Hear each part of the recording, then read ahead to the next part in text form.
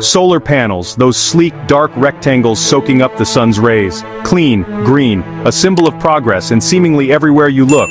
They're the poster child, the shining example for our desperate fight, our collective stand, against the looming threat of climate change. You see them proudly displayed on rooftops, stretching across deserts, vast solar farms shimmering in the heat, diligently powering homes and businesses, feeding energy back into the grid. It's the future, a vision of sustainable energy we've all been promised, a world powered by the sun. But what if that symbol of hope, that beacon of a cleaner tomorrow, hides a dark side, a secret vulnerability, a hidden vulnerability, a flaw in the system deliberately placed, carefully concealed, and invisible to us, the everyday users? Imagine millions of panels worldwide, interconnected and sprawling, each a tiny power plant, a node in a vast network, and each potentially silently a sleeper agent waiting for activation. What if a single signal, a coded command, could turn our green dream, our sustainable utopia, into a blackout nightmare, a complete and utter collapse? We've welcomed these devices, embraced this technology into our critical infrastructure, the very backbone of our society, becoming increasingly dependent, utterly reliant, on their promise of clean energy, a sustainable future. But what if that dependence, that reliance, comes with a catastrophic catch, a hidden danger lurking beneath the surface, a vulnerability so deep, so cleverly concealed we never saw it coming, never even suspected it was there, until suddenly, without warning, the lights go out, everywhere.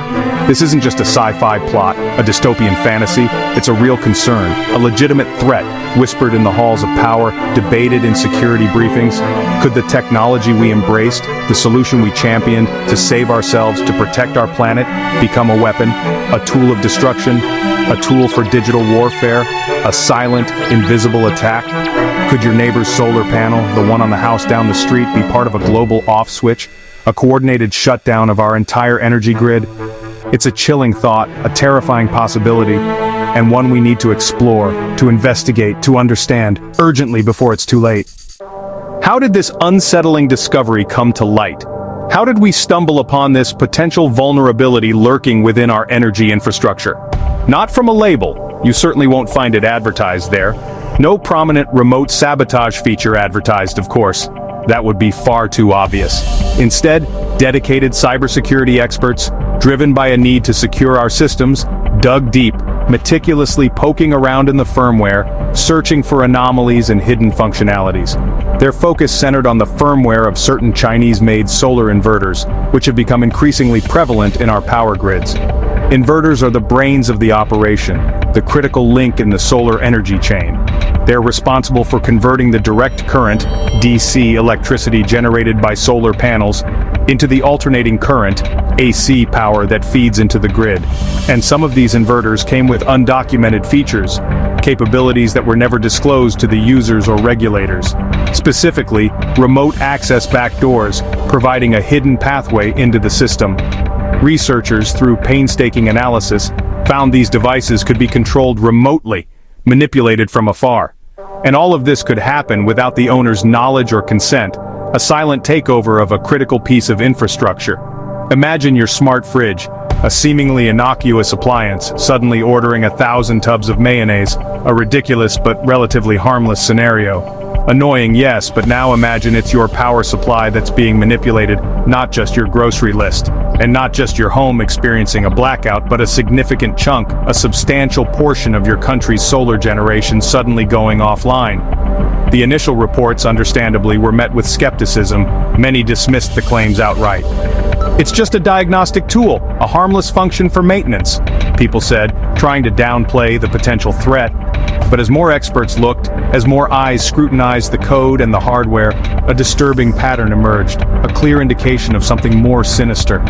It became clear that specific brands and models, certain manufacturers, shared this remote shutdown capability, this hidden kill switch.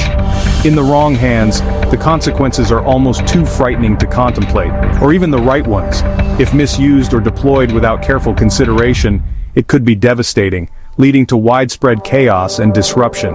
The alarm bells weren't just ringing, this wasn't a subtle warning. They were blaring, demanding immediate attention and decisive action. This wasn't a bug, an accidental oversight in the code. It was a feature, deliberately designed and implemented. It was a feature hidden in plain sight, masked within the complex layers of the system, and it could be used with a simple command to take down power on a massive scale, plunging entire regions into darkness. The implications, the potential ramifications of this discovery? Enormous, reaching far beyond individual homes or communities, and very real, posing a tangible threat to our national security and economic stability. So how does this kill switch work? There's no big red button in Beijing, but the reality is more insidious. It's all about those internet-connected inverters, critical infrastructure now smart. Hidden communication channels in the firmware act like a secret knock, known only to the manufacturer. With the right signal, the device can stop converting power, report false data, or shut down entirely. If enough devices get the command at once, chaos follows. It's a digital Trojan horse, welcomed for its green credentials. Imagine your home's circuit breaker tripped remotely by someone thousands of miles away. Now multiply that by millions. The code is buried deep, often disguised as a legitimate function, but with the right trigger, it becomes a vector for attack. It's a feature designed for control, and in a geopolitical showdown, that control could be weaponized. The irony? Our decentralized power source could be switched off centrally. That's the risk. You might think, when considering the complexities of global energy infrastructure, a few dodgy inverters, a small percentage of faulty equipment, how bad can it be? Is it really something to be concerned about on a grand scale? But the scale is staggering. It's not just a few panels here and there. We're talking about a monumental shift in energy production. China dominates the global solar market, controlling a significant portion of the supply chain and manufacturing processes. Over 80% of panels and inverters come from there. This creates a concentrated point of potential vulnerability. Hundreds of millions of panels, tens of millions of inverters, all feeding into our global energy infrastructure, many from manufacturers now under scrutiny. The origin and security protocols of these components are being questioned. These aren't just on homes, they're on schools, hospitals, businesses, and utility-scale solar farms. They're integrated into the very fabric of our society. We've blanketed our countries with this tech, chasing renewable targets. We've embraced solar power as a key solution to climate change. In doing so, we may have made ourselves incredibly vulnerable. We've potentially introduced a single point of failure into our energy systems. The West especially has been a massive consumer. Europe, North America, Australia, all relying on Chinese solar tech. This reliance creates a significant geopolitical risk. It was cheap, available, and helped meet climate goals. It seemed like a win-win situation. But the hidden cost? A critical vulnerability in our energy security. A potential backdoor into our power grids. If a kill switch network exists and is activated, the impact could be systemic. The consequences could ripple across entire regions. It could destabilize entire power grids. Imagine the chaos and disruption. Even if only a fraction of devices are affected, the disruption could be immense. The cascading effects could cripple essential services. We've built our green future on a foundation that might have a colossal, remotely operated trapdoor. A vulnerability that could undermine everything we've worked towards. That's a risk we can't ignore. Not anymore. The time for complacency is over. We must address this threat head-on. Which countries are most at risk? Any nation that's gone big on solar and sourced heavily from the manufacturers in question. That's a long list. Developed nations leading the way. Europe's solar adoption is massive. Germany, Italy, Spain, the Netherlands, all with huge capacity, mostly sourced from China. The US, despite some domestic manufacturing, imports vast quantities of solar components. Australia, with its sun-drenched landscape, is covered in panels, again mostly Chinese brands. The vulnerability isn't just about the amount of solar installed, but the concentration of suppliers and lack of independent security vetting. For years, the focus was on efficiency and cost, not cybersecurity. That oversight now looks terrifying. In the rush to go green, these nations may have painted a giant bullseye on their power grids. And the risk is only growing. Let's play what if. What if these kill switches were activated thousands, even tens of thousands across multiple countries? The result? Blackouts. Not just lights out, but critical infrastructure, crippled hospitals, water plants, communication networks, all at risk. Modern society runs on electricity. A sudden drop in supply sends shockwaves everywhere. If this happened during a geopolitical crisis, the consequences could be catastrophic. Imagine international tensions are high and suddenly solar arrays in key nations go dark, not from bombs, but a silent digital command. The chaos would be immense, crippling response capabilities, sowing panic and demonstrating terrifying control. Even a partial disruption could be used for strategic advantage brownouts, market manipulation, psychological warfare. This isn't just inconvenience, it's the potential weaponization of the green revolution. The sun, our source of life, twisted into a tool of coercion. The threat is real, and the stakes couldn't be higher. It's not just about power, it's about control and who holds the switch. So, what are governments doing? Now that the threat is out, there's a flurry of activity.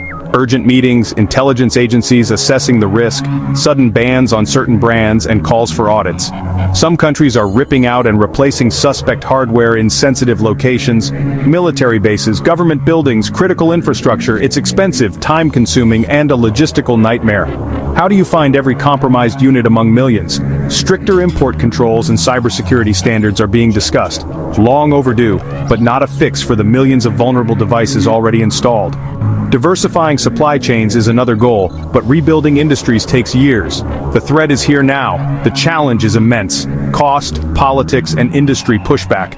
And while governments scramble, the clock is ticking. The problem is complex, messy, and urgent. There are no easy solutions. But inaction isn't an option. Is this all fear-mongering? Some say the threat is overblown, a poorly implemented remote management tool, not a malicious backdoor. Others argue the technical hurdles are too high or that China wouldn't risk the economic fallout. Not every security flaw is sabotage sometimes. Bad code is just bad code. Orchestrating a synchronized takedown would be complex. Economic interdependence might deter such an attack. But security experts warn if a capability exists, you must assume it could be used, especially when it's in critical infrastructure from a strategic rival. Cyber warfare history is full of exploited vulnerabilities. Prudence means preparing for the worst, even as you hope for the best. The truth is likely in the middle. The most extreme scenarios are improbable, but the vulnerability is real. Relying on a few foreign suppliers for critical infrastructure is a risk, regardless of intent. Ignoring that risk would be a dangerous gamble. The lights of the world are at stake. So where does that leave us? The green energy revolution has strings attached, strings that could be pulled from afar. The question isn't if vulnerabilities exist, but how severe they are and how fast we can act. Every new, unvetted solar installation adds to the risk. We need decisive action, secure supply chains, robust cybersecurity, and audits of existing infrastructure. This won't solve itself. It needs a global effort. Cheap green energy can't come at the cost of security. We need transparency, independent verification, and investment in secure alternatives. The window to act is closing. Next time you see a solar panel, appreciate the clean energy. But remember what could be lurking beneath. The dream of a solar-powered future depends on addressing these dangers. The power is in our hands. Let's choose wisely before someone else chooses for us.